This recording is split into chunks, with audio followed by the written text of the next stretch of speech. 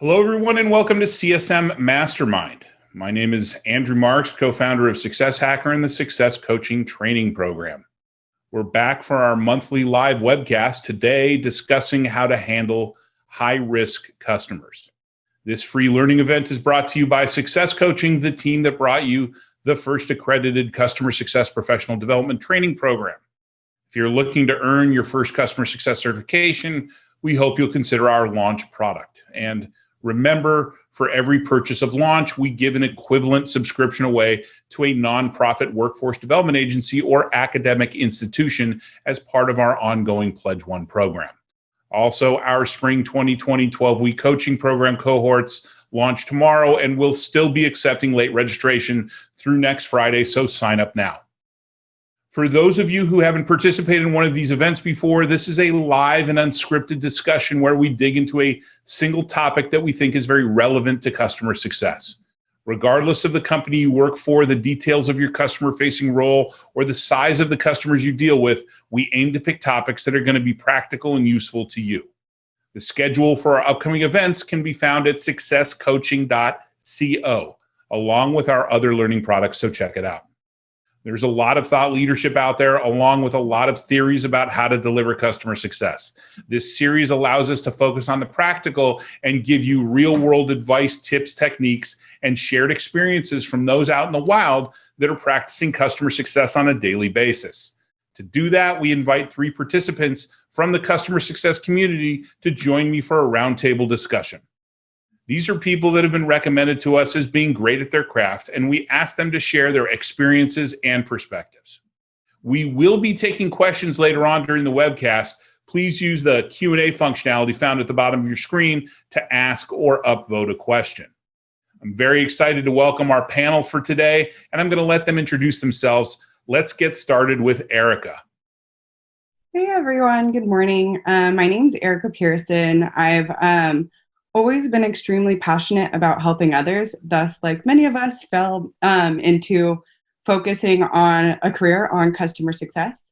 More recently, I've pivoted slightly to scale my customer success learnings to product decisions as the voice of the customer in user research. I work at a BI and analytics company called CSMs.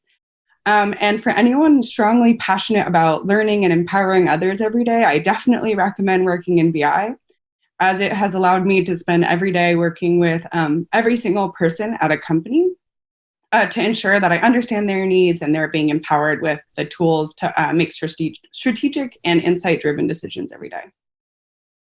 Great. Thanks, Erica. Now on to Cash. Hi, everyone.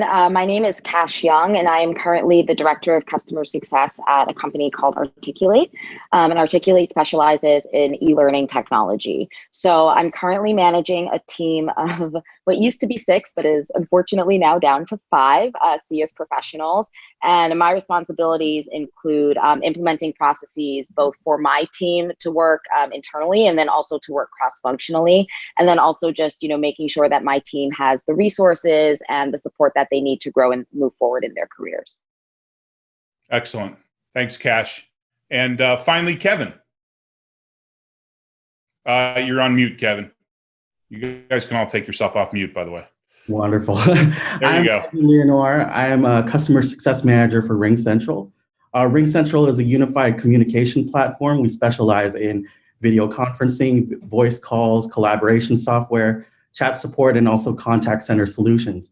I'm also certified in customer success through Success Hacker, which I definitely recommend because it gives you an opportunity to learn from real customer success challenges from companies of ranging customer success maturity stages through each of our weekly meetings that we had through the program. So definitely recommend joining the certification movement there. Thanks, Kevin. Appreciate the shout out. So let's get started. What do you do to mitigate risk? Depends on the type of customer, high touch, low touch, and your relationship or the relationship you should have with them. Your goal is to keep the customer happy and focus on what value your product is delivering to them. So having strategies and tools in place to help you manage risk will help you get the customer back on track and stay on track. I'd love to hear how you all handle high-risk customers along with some practical suggestions on how others can do the same. Who wants to get us started? I could go ahead and get started here. Immediately when I think about this challenge, I think about this customer that I had back in my last company at Duetto. I was inherited this company account where I was told everything was great until I made that first contact with the customer, and all to find out that there wasn't too much engagement with the last CSM. They were wondering why they have this software. They went through a champion loss, and I now had to deal with this landslide of problems that came with this company. So one of the first things that I had to do was to understand where they're coming from. What are the issues that they had? And one of the first steps that I took after learning about the issues that they have is to first make sure that we mitigate all of the problems and all the risk that they have from those initial problems. Then take it a step back and treat this customer as if they were a brand new customer. Go back in the customer journey, because it's very clear that somewhere along the lines we had gotten off the path of the customer journey. So I went ahead and took it all the way back to discovery. Tried to find out what their goals are for the near and future, and also find out what of the service and the solution that we have in place are they already using. So being able to tie some of the things that we had at Duetto to their goals of being able to leverage more of how much they're selling out their hotel, but not getting the revenues that they were looking for, showing them the various tools and analytics that would help them to be able to realize that revenue. They instantly seen from the first consultation that they were leaving money on the table. So you essentially had to restart. You had to start over. Absolutely. It was very clear that I couldn't go from where they were marked on the customer journey because there was a disconnect somewhere along that line. We needed to go back to where that and identify where that disconnect was, so that way we can realign between Duetto and the customer. Got it. Cash, Erica, what about you? I think I think Kevin hit it on the head. And I think one of the most important things that he said was, going back to the discovery phase and really making sure that you're understanding what their objectives were when they started and where there might have been failures in, throughout the customer journey that really kind of put a wrench in it. You know what I mean? And one of the other things he said was going through, past communications, understanding issues they had in the past. I'm going to say something that I know not everyone has the time to do because we're all CS professionals and we're probably all overworked. But QBRs are also really helpful, especially when you have a customer that you think might be high risk. Even if you don't go through the whole presentation of getting all the execs in the room and doing a big hoopla about it, just having some sort of regular documentation of their performance metrics and realigning on goals and just having that visualization is also helpful to kind of go back and pinpoint, okay, well, this is where things started to kind of fall apart.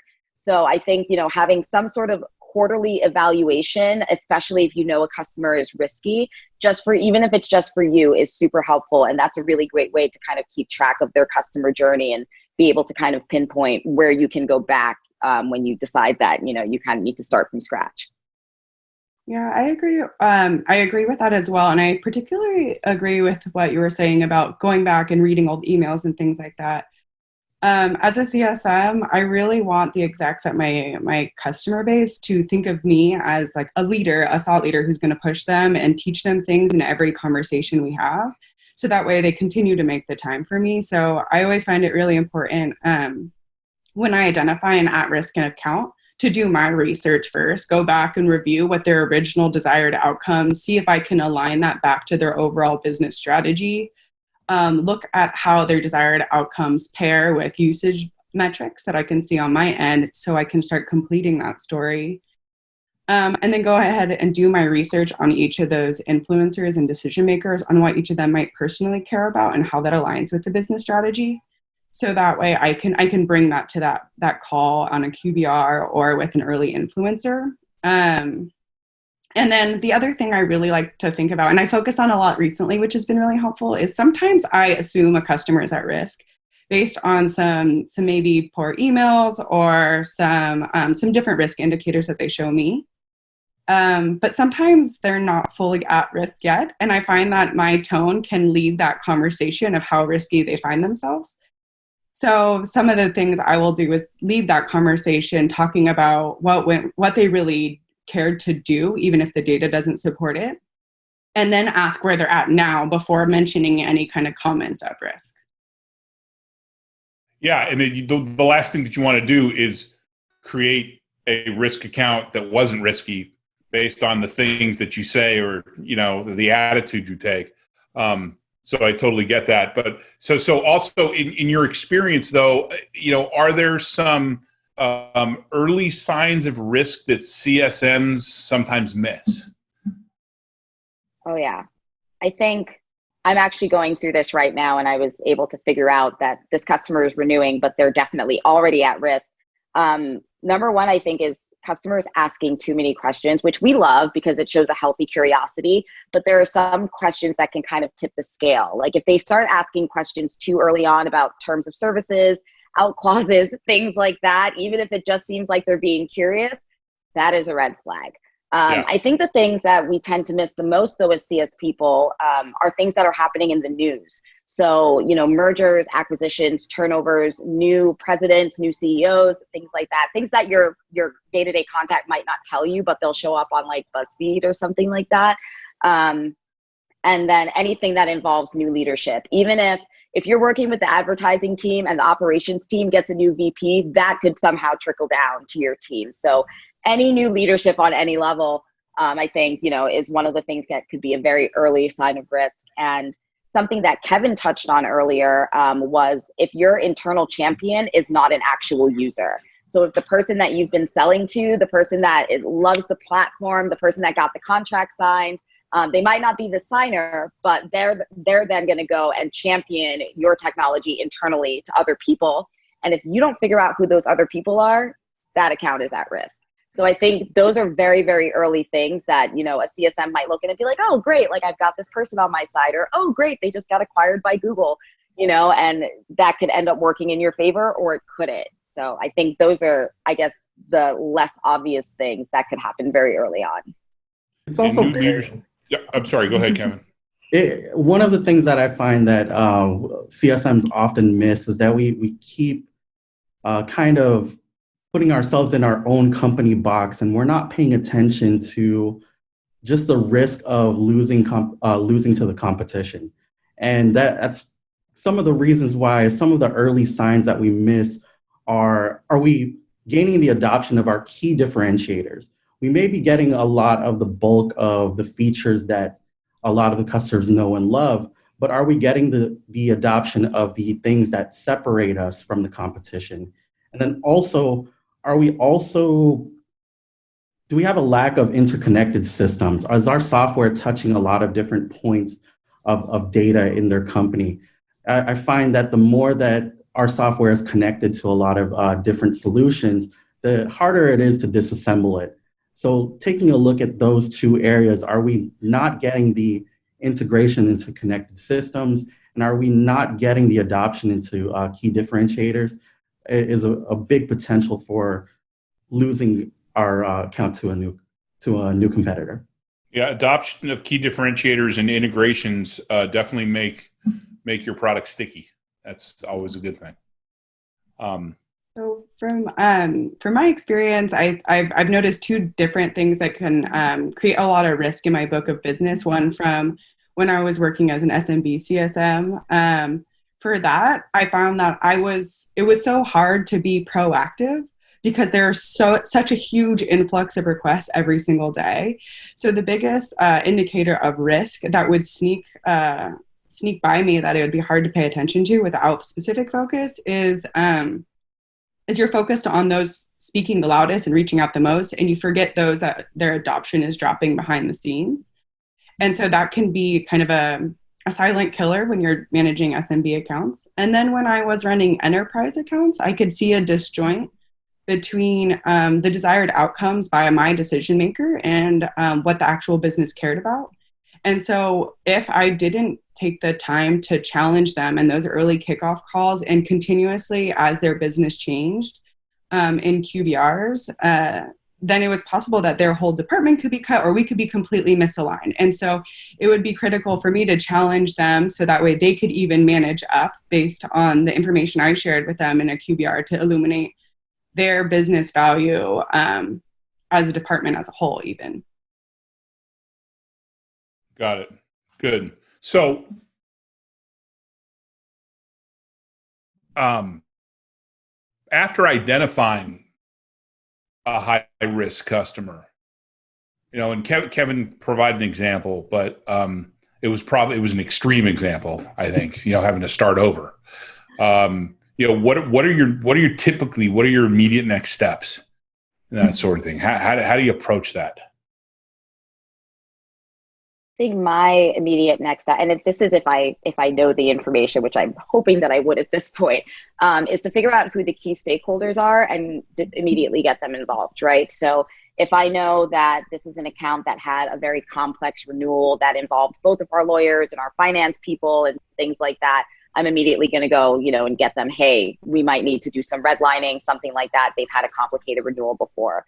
If I know that our VP of operations had to come in because there were like compliance issues and things like that. So I'll figure out who our internal key stakeholders are and just immediately let them know, like, hey, this is a high risk account. This is what we've done in the past. And this is what I think may be able to solve it. And then I think, moving from there, it's just coming up with a plan of who has the most influence, who can really reach out and figure out what the true story is. Because I think one of the things that we forget as CSMs is that there might be someone else at your company that, I hate to say it, might have a better relationship with your client than you do, or they might have a really good relationship with someone on the executive level that can get more insight for you. So, really promoting those conversations to happen just to really understand what the issue is at heart and what we can do to fix it and how long we have. I think that that's really important. And then, just to reiterate what I think Kevin and both Erica have said is really figuring out where there have been problems, or where we've been misaligned. Like, to Erica's point, maybe the person I'm talking to is not working in the best interest of the person who signed off on it. And I need to figure out how to make those two things align.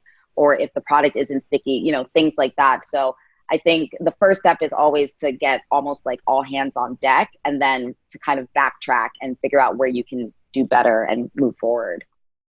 You always want it to be a learning experience, right? Absolutely. Yeah. So I joined my company as one of our first CSMs, and we had customers that had been with us for years and were predominantly monthly reoccurring. So being a bit risk averse, as I assume kind of many of us are, I was immediately terrified that all of my accounts were going to churn and I didn't know how to handle it and I was the only CSM. So there wasn't a ton of information to learn up front on an account since they had just been sold kind of in a transactional fashion and then passed into the customer base for a handful of years before we started to build out the team. So the first thing I've focused on when dealing with risky customers where there's not a lot of data points is are there any notes that exist? Is there anything I can assume up front? Are there things I can learn about their business just on LinkedIn and based on their usage? Then again, do some research on who I think the influencers and users could be.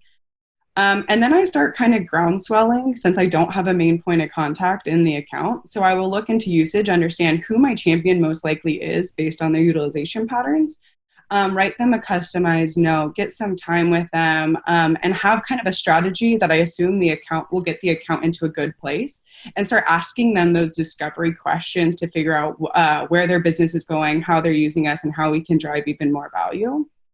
And then as I compile these success stories from champions and power users, I keep asking who the right point of contact should be.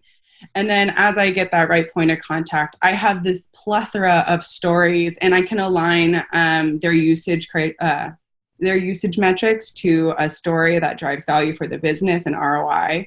And then I can present that in a kind of a proven fashion that I've tried with the champions. And with the support of the champions. And then from there, I will kind of use that call to set up what they care most about. and a plan to get them to that outcome. And then I'll also try to get them to allocate each of those steps to different people on their team, so I'm not overwhelming them. And then by the next call, I'll go ahead and give updates on what they cared about and improvements we've made from there. Erica made That's great. It sounds like you have a really kind of well thought out overall framework for addressing those at-risk customers. And what's key is you're enlisting the help of your internal champions, of your stakeholders there. And it also sounds like you're getting people to sign up from the customer.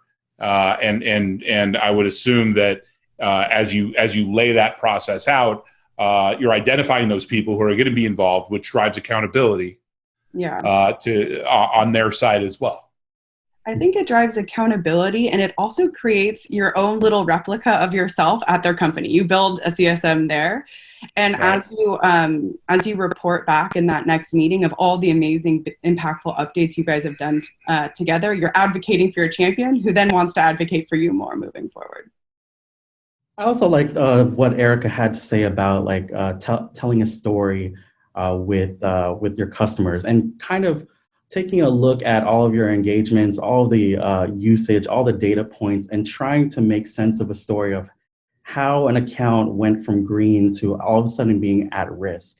And sometimes the data doesn't support it, and sometimes all of a sudden the customer just starts giving you clues about the possibility of a churn. So what I like to do at that point is reference back to the last engagement with the customer. Ask them, well, this was what we talked about last. Was there anything that changed since then? Sometimes it's not even anything that the company or your software has done that changed their mood. Sometimes it's a new alignment within their company on some of the business focus that they have. So I had a particular account where they were going in a different direction and they wanted to reallocate resources to another problem. But then I went back to our last conversation. I said, well, this was the problem that you had before that we were looking to solve. Is this still the case? Yes, that's still a growing problem for us. Well, then what is the cost of doing nothing and letting that problem just fester there? And well, that will be something that we will need to address in the long run. It's like, well, it sounds like we've already had a program on it, and if we wait until later, that program may not fit anymore.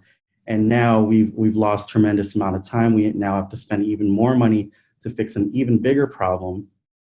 Why don't we continue to work on this and see if there's any way to still be able to get the resources that you need to be able to complete this program to fix that solution? So being able to reference back to the conversations that you have will be able to solidify the agreements that you had in the past and be able to remind them of why it was so important to engage with you in the first place.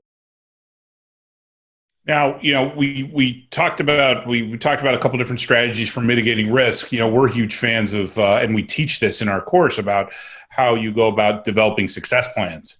Where that's the whole discovery aspect of that is ensuring that all the stakeholders are aligned, everybody's on the same page.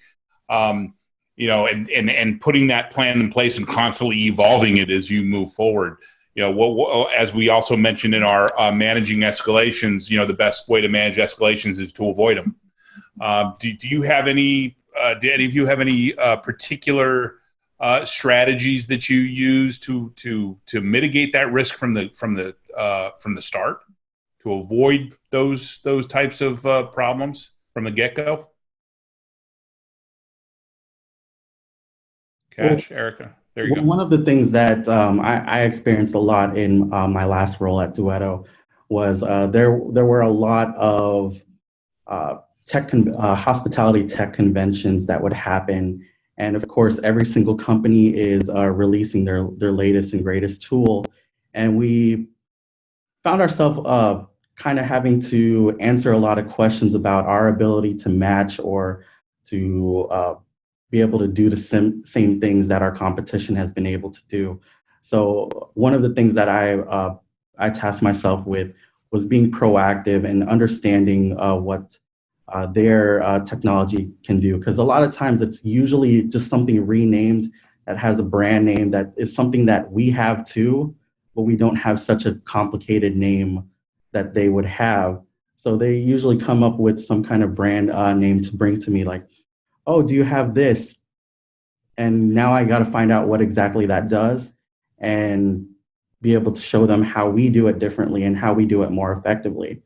So knowing the competition, what they can do and the alternatives. Absolutely. Okay. Erica, Cash, did you have something? So for me, I first of all just loved when Kevin mentioned challenging the customer to the cost of doing nothing. I think that is the most critical question you can open a relationship with too. I work at a tool where I depend on my power users to build content. If they don't build analytics in my solution, then no one is going to ever see any value at all. So there's going to be a cost and there's going to be time investment and a steep learning curve. So until we actually get them to build something, they're probably all a bit at risk. And so so the big thing I try to do is understand what they're looking to do, understand the cost of not doing it. A lot of my stakeholders are within the engineering department, so I try to align it with sprints. So if I can say what they're looking to do, tie it to business impact, I can probably get it prioritized into an earlier sprint to actually get them to do something. And then the other big thing that I've focused on is trying to figure out themes in risk over time and then making changes in onboarding based on that. So essentially, as we start to understand more and more of our at-risk accounts, I put them in cohorts and try different playbooks with them of what might get them out of risk. For us, it can be fairly technical because it could be like optimizing your Redshift cluster, migrating to Snowflake, optimizing SQL queries, and things like that. So we build these playbooks, test them, and once we know they work, we introduce them at the beginning in onboarding and let them know at what point in their customer journey they're going to run into these new pain points that we're going to handhold them through to get them to a value point. So that way they can understand what pains are to come and that we will personally help them get past them. So you just understanding what customers can do with your product. You have a particularly challenging product in that it's a platform. So you could have 500 customers and 500 completely different implementations of your product. So just understanding here are some of the key variables that you need to take into account, and then it's just a matter of kind of trying stuff and keeping what works and pushing it out there and educating people. Cash, what about you? I agree with everything that Kevin and Erica said, and I could not have said it better myself. I think the only thing I would add, even to take it a step further back, is establishing credibility and rapport very early on determines exactly how every conversation with your customers are going to go throughout the end of the customer journey. And I think it's as simple as, if it's a new account, Google them. You don't have to know the inner workings of their entire business, just Google them. And if it's an existing account that's being transitioned to you, to Erica's point, go back and read all the notes, go back and read all the tickets, go back and know as much as you can so you sound like you know what you're talking about. And what that will allow you to do is to ask the questions and get the answers, because your customers will trust you and they'll have no problem, hopefully, giving you the insight that you need to mitigate risk early. And you can really get into that sort of cadence with your customers where you do these sort of just verbal check-ins like, hey, are we doing our jobs? Are you happy? And they'll tell you the truth. I think is super important. And then the other thing I think Erica touched on is developing a system of shared accountability and also transparency. So customers will usually walk in at the beginning of an annual subscription and tell you what their goals are for the end of that subscription all the way 12 months from now. But really what I would like to know is, okay, I can get you from point A to point Z, but what are we doing, in 3 months, in 6 months, in 9 months to build the process that we need to achieve these goals? And what am I doing and what are you going to be doing? And how are we working together to make this overarching plan happen? And then the other thing is okay, so when we get to the end and we have our goals, how much does your boss actually care about this? And what does that actually mean for the business? Erica said earlier that sometimes the end user will have their own personal goal, and that might not actually be the decision maker's goal. And the decision maker's goal might not align with the business objectives. And it's your job to kind of figure out how all those things align, just to make sure that as you're running towards the finish line, you're in the right race, right? Like you don't want to get there and find out that you've been running the wrong race this whole time. So I think, those would be pretty much my two biggest things, establishing the credibility and rapport, and then just having that shared accountability.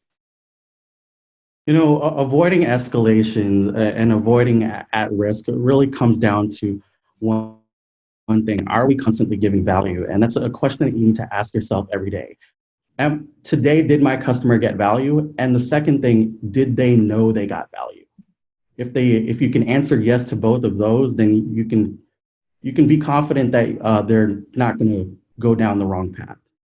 Once again, success plans. That's why they're so valuable. That's exactly what they're for. So, but we'll leave that to another.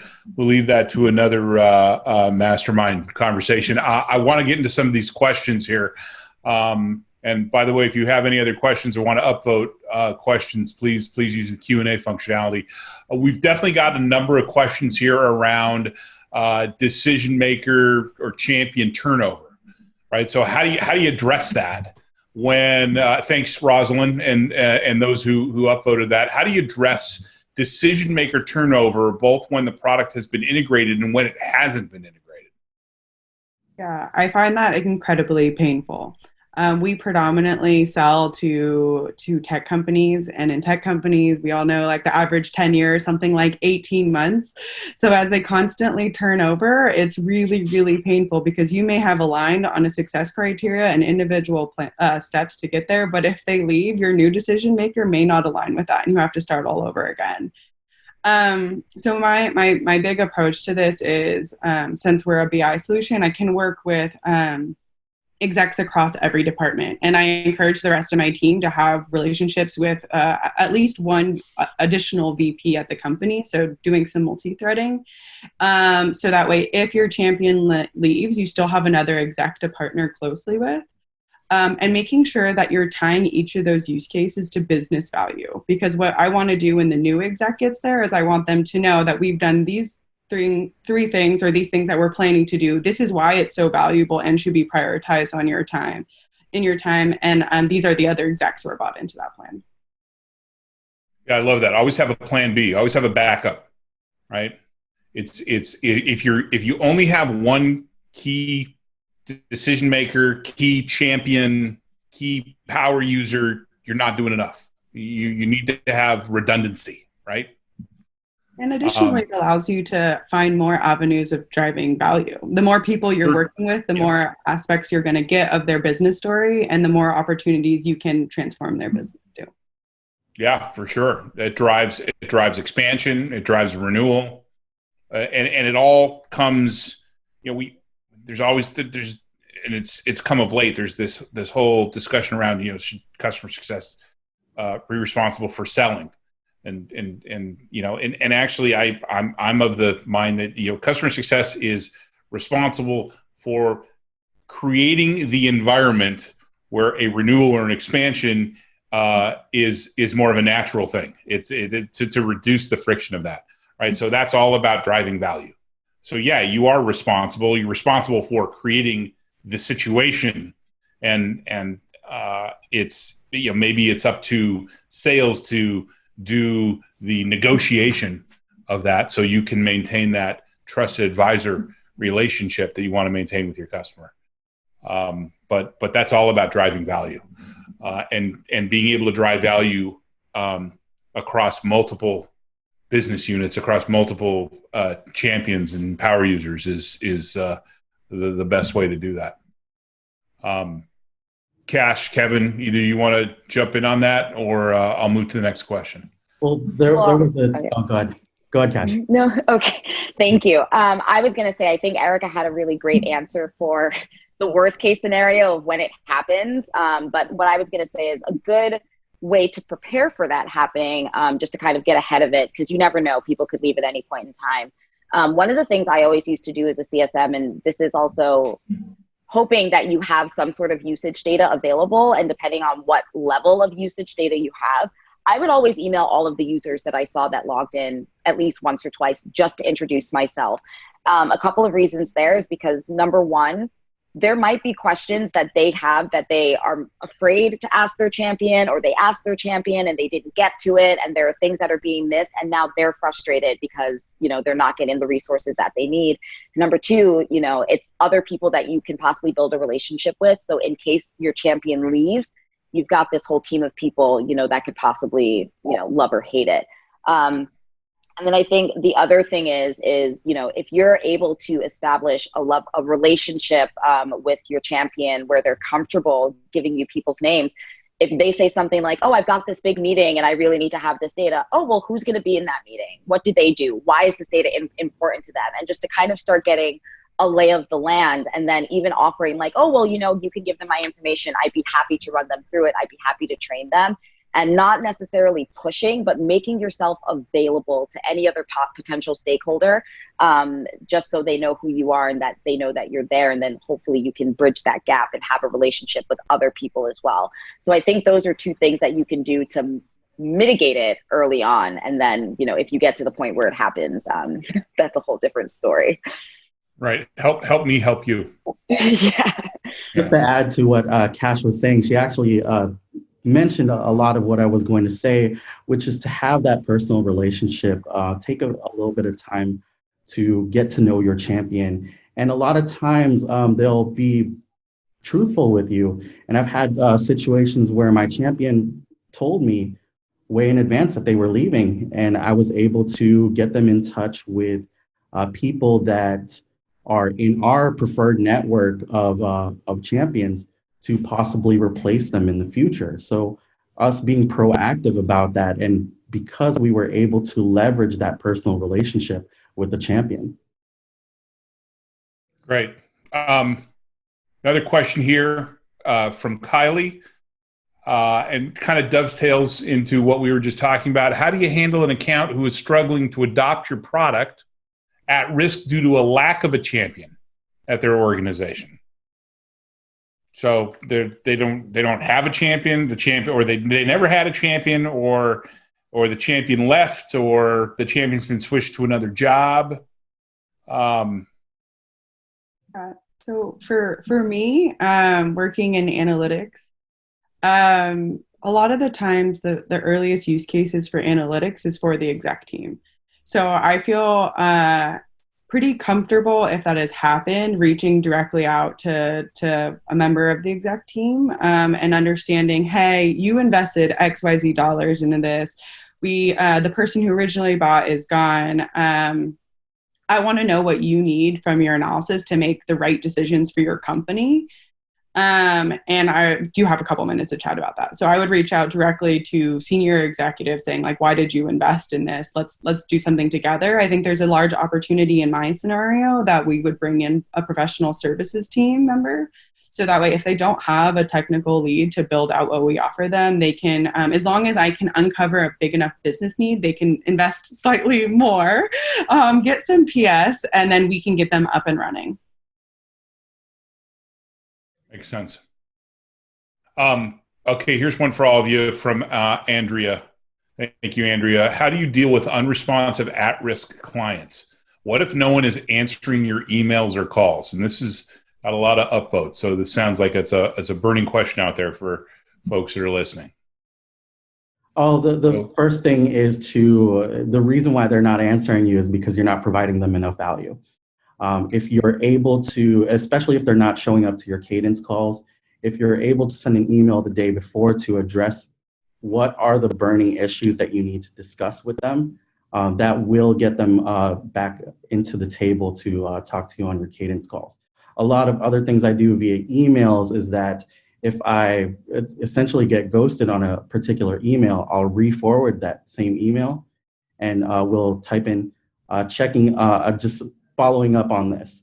A lot of times when I do that, I get an immediate response. It usually comes with oh, I'm sorry, I've been very busy.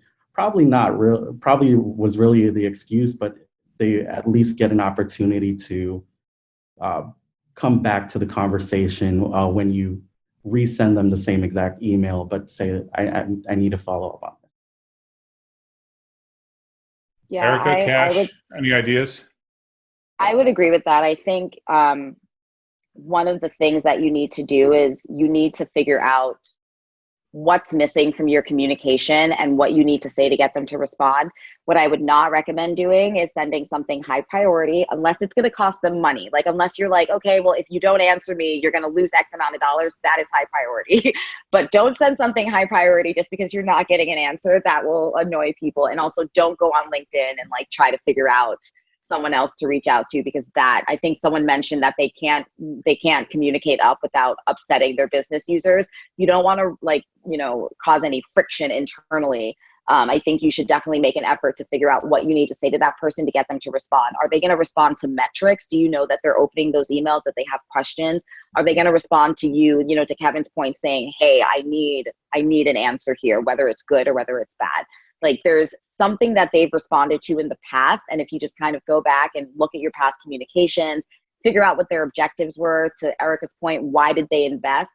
You can come up with something that's going to, get the response. And I think the other sneakier thing to do, if you have any sort of email service provider, is to go and look at their metrics and see, like, are they opening your emails? Are they looking at it? You can kind of get that level of detail, and then that can help you as well. But if you don't have that level of insight, I think, just exactly what we said earlier. And sometimes and that's a great point, Cash. We actually, we use HubSpot, and so we have that built into HubSpot. So we have email tracking and link tracking, but there's also Chrome extensions like MailTrack that I've used in the past that'll just tell you if somebody's opened or if anybody on the thread has opened your email. But one simple thing I haven't heard yet is, which I don't think enough people do, enough people think about, is pick up the phone and call them, right? If you're not getting a response from somebody, pick up the phone and call them. If you don't have their cell number, they work out of an office, call the corporate switchboard. Pick up the phone and call. There's no excuse for not calling. We don't do enough of that. You want to talk about a great relationship builder, get on the phone with somebody and talk to them. Don't just communicate with your customers via email. So here's another one, another question from Chris. Thank you, Chris. That's been upvoted quite a few times. What strategies can a CSM use for at-risk customers that are due to product gaps or lack of value realization? It's always a tough one. This is actually the big reason I moved to my new role. As many software companies, we were trying to cross a certain chasm into the enterprise market, and I was running our enterprise accounts. And so a lot of the times the enterprise accounts have different needs than your average account. And so the way I had done this was, it was kind of similar to what I was saying before, where I was trying to understand cohorts of risk, understand what's causing risk in each of those accounts. And in some scenarios, it would be product gaps. Try to understand how much revenue is attached to it, and what the core need they have is. Then I would work with like our sales engineering team or our product team to see if we could build kind of a temporary workaround, and I could build it as a playbook and walk each of those customers through it. And then the other option, if there was no workaround, is to attach it to a certain number of revenue and work with product to see, like, is this something we can fix together? Is this something you can change? Are you okay with losing a certain amount of revenue to this if we don't change it? And then being able to work with the customer to see if their expectations and timing align with those product changes. I think it's a good strategy when you go to product, you say, hey, a customer's asking us for X. First of all, being able to tell the story around why they're asking for that. So understanding not just what they're asking for, but the business context around it, which is why we always recommend using tactics like the 5 whys techniques, really kind of dig deep and understand what the customer's looking for. But then attaching that revenue number to it, right? And because you can't, it's one of the great things about SaaS, one of the great things about cloud is that, single tenant and everybody shares in the benefits of new functionality and things like that. But it is for everybody. And maybe, what that customer is looking for doesn't fall within the focus of what you're putting out there as far as a product goes. So you might just have to accept the fact that, hey, maybe this customer is not an ideal fit for us. But that's always a tough one, because in customer success, we have only a certain amount of control or influence over product. And the best thing we can do is present product with a complete picture of what's being asked for, why it's being asked for, and the revenue impact. The other thing I forgot to mention that I think is really important when you're talking about it is once you're getting through those 5 whys, understanding the impact of the gap, a lot of the times the thing that they're asking for isn't business critical. And so you can step back a layer in granularity, and instead of focusing on that gap, you can say, how does this compare to your overall business initiative? And then focus a lot more on a solution to solve that pain and less on the specific feature gap that they're focused on. And to that same point that Erica made about having those workarounds, also understanding just how scalable that workaround is for a lot of your smaller or your mid-market companies. That workaround is probably doable, but from the enterprise level, it might require a lot more resource. And that's another opportunity that you have to leverage either your professional services or your consulting wing of the company to be able to provide that same thing that the mid-market and small business can do, but at a more scalable level using somebody internally. And I actually just want to, I think you guys both hit the nail on the head. I just wanted to name 2 outliers. When it comes to product gaps and lack of value, I would say probably at least 30% of the time, there is some level of user error. There's some level of user error going on where there's a feature that someone doesn't fully understand, or they can't find it, or it's just not intuitive.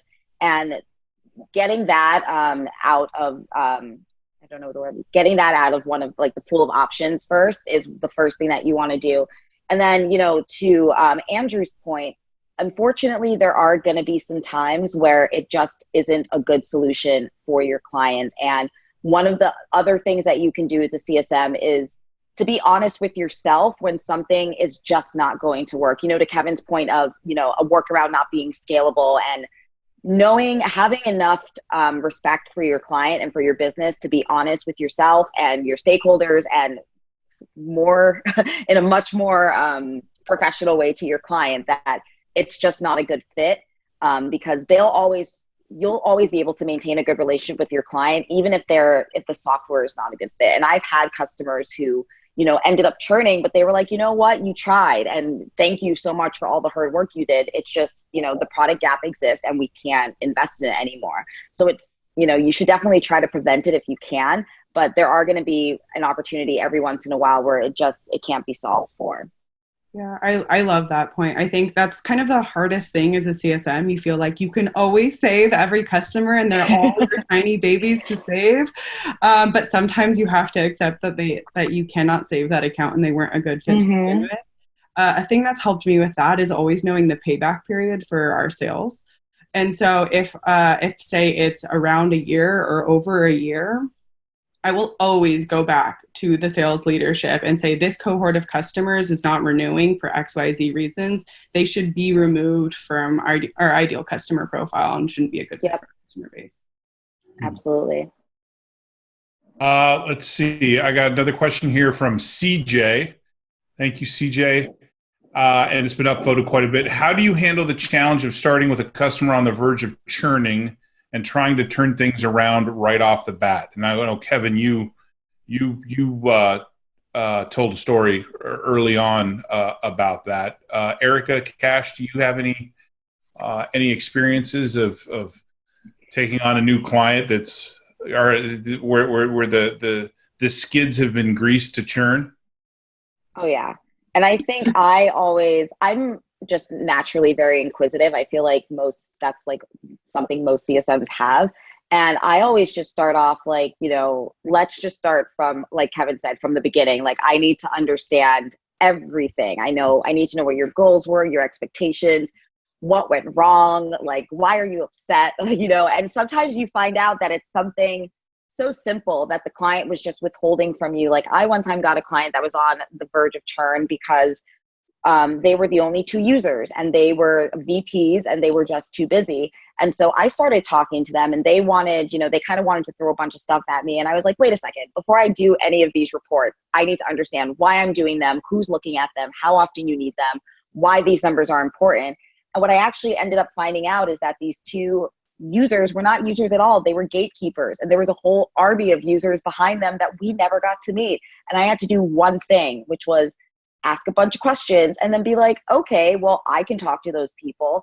Another issue that they had, and this was kind of an example of going slightly above and beyond, is that a lot of their team was located in another country. And so they thought that, we wouldn't make ourselves available. And I was like, look, I'll get up at 6 a.m. to train your team in India. If that means I get 5 more names underneath my belt, I will do that. And you'll run into situations where you'll have customers that are upset, and you might have to step out of your comfort zone to make them happy. You might have to get up a little bit earlier or work a little bit later. But I think one of the best things that you can do when a customer is indicating that they're going to churn is just to reestablish, to Kevin's point, the value that they saw in the company, and to figure out where they were disappointed and kind of make up for it. You know what I mean? Whether it's having an additional phone call a week or getting more people in a room or whatever it is that you need to do. And if you go back to that discovery phase, like Kevin said, you'll be able to ask a line of questioning that will empower that customer to give you those details, because they'll see that you care and that you're trying to fix it. So I think, that's one of the more important things that you can do, is just be as inquisitive as possible and make sure the customer knows that you're not prying, but that you have a genuine interest in solving their problem. I love that. I used to work with HR professionals, and an HR leader once told me that when they were hearing back about different feedback they're getting around the company, before they started going into next steps, they would just be like, is this solvable? Like, is this relationship mendable? Are you going to be okay to invest more into that? And I kind of end up taking that into early at risk accounts as well. So really spending the time to not just start jumping to solutions when they're saying they have problems, but hear them and make sure they feel heard and empathize, understand and do the discovery to understand what their original business goal was with the partnership. And then ask openly, like, is this solvable? Is this still a priority? Are you willing to invest in making this better? And I think that gives them kind of the right pivot point of sometimes the answer is going to be no, but you're going to know why it's a no, and you can do some more discovery to share that back with your leadership, why it's a no, to make the appropriate changes. Or they're going to say it is, and like, this is how much I can give, and you'll have to fill in the rest of the gaps. Good stuff. We only got a few more minutes left. I want to try and hammer out a few more of these. Teresa, thank you for the question. This has been upvoted a few times. How do you deal with an account when the executive pushes responsibility to a lead and doesn't engage in QBRs, et cetera? And just before the rest of you answer real quick, this is why success plans are so important. And the one thing that you want that executive to be involved in is that success plan discovery session. I just did a workshop on this last week with a client in New York. If there's one meeting you want that exec to come to, and remember, this exec is the person who is responsible for signing off on bringing the solution in. So whether they want to be engaged or not, they're on the hook for it. And your job is to still try and make them successful. And I mentioned success plans. For those we're not going to be able to get into success plans in detail today. For those of you that are interested, on successcoaching.co under our blog, there is an explanation about about success plans. So I would encourage you to go check that out. But how do you, in this case, how do you deal with an account? How have you all had experiences dealing with an account where the exec pushes responsibility to a lead and doesn't engage in QBRs? So from my perspective, it's that the success plan that you might have originally aligned on does not solve their biggest need. They have other priorities that are a greater priority than that in which you guys have focused together. And so I think it illuminates that ideally in the future, spending a little bit more time on discovery around their core business focuses before you dig into what you care about together can help you make sure that you're aligning your success plan with that rather than like a small subset of what they care about. Or the other option is that the content that you're sharing isn't quite relevant to them, and you might want to review what you're sharing, and is this what the exec cares about, or is this more of a lead type of content? Yeah, I think to Erica's point, what I was going to say, and something that I always did, is I always get the execs, even if it's in a separate phone call, because they might not always want to share that with their team. I always get the execs' objectives separately. And if I know that they've delegated this project to be managed by someone else, I will kind of lean back on my expectations for their participation, but I'll make sure that I'm sending them completely separate communications. And this is incredibly key. If you CC the exec on an email and they see the person whose name is that they put in charge of that project, they're most likely not going to look at it because they're going to know that that other person has it handled.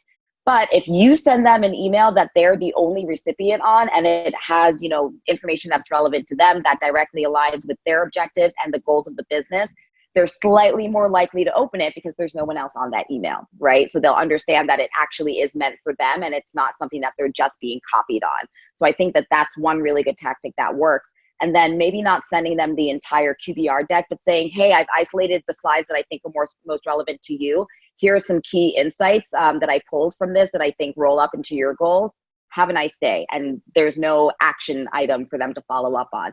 And I think that that's a really great way to keep them engaged. And what I've learned is that a lot of times they'll respond to that email and say, Cash, awesome. Thank you so much. This is exactly what I need. I was actually going to a meeting to talk about this, and I'm going to pop these slides in there. So that's, a really great way to get them involved and keep them updated on what's going on.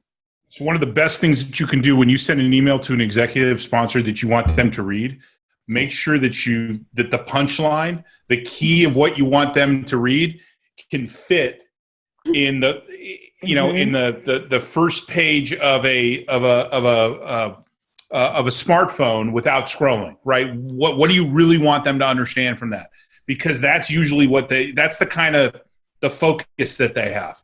One last thing, and then we're gonna wrap up. And just real quick, I'd love to get a suggestion from each of you on this. Looking for suggestions. Thank you, Christy, for this. Looking for suggestions for broadening relationships, point of contacts for at-risk customers. I struggle with going up the chain of command without offending my business users. We talked about it a bit. Can each of you throw out one idea to wrap things up here? Yeah. So Kevin. I'm sorry, Erica, go for it. For me, it really comes to having a success plan and allocating them to different people and then advocating for that person. You want to make sure that any single person that you're working with, you're making them look amazing and making them more likely for their next promotion. And so that encourages them to keep working with you and even pull in other people to keep working with you. And that does the multi-threading for you. Yeah, play the ego card. Love it. Cash, what about you? Erica touched on this earlier. I think having different use cases for how each department within a company can use something. And also, if you see that there are regular reports that your customer is pulling, asking them who those reports are going to and offering to send them yourself. Excellent. Kevin. From the very beginning, from the first call, I ask and assign roles. Who am I going to speak to about this, and who am I going to speak to about that? Are you getting kicked out of your room, man? I am, yes. All right. Well, we're wrapping up. So thanks, everybody. Thank you, Kevin, Erica, Cash. Thank you for participating. Appreciate it. Thanks, everybody who's dialed in. And remember, look for our next event on successcoaching.co, and we'll talk to you next month. Thanks a lot, everyone. Bye-bye. Bye, everyone.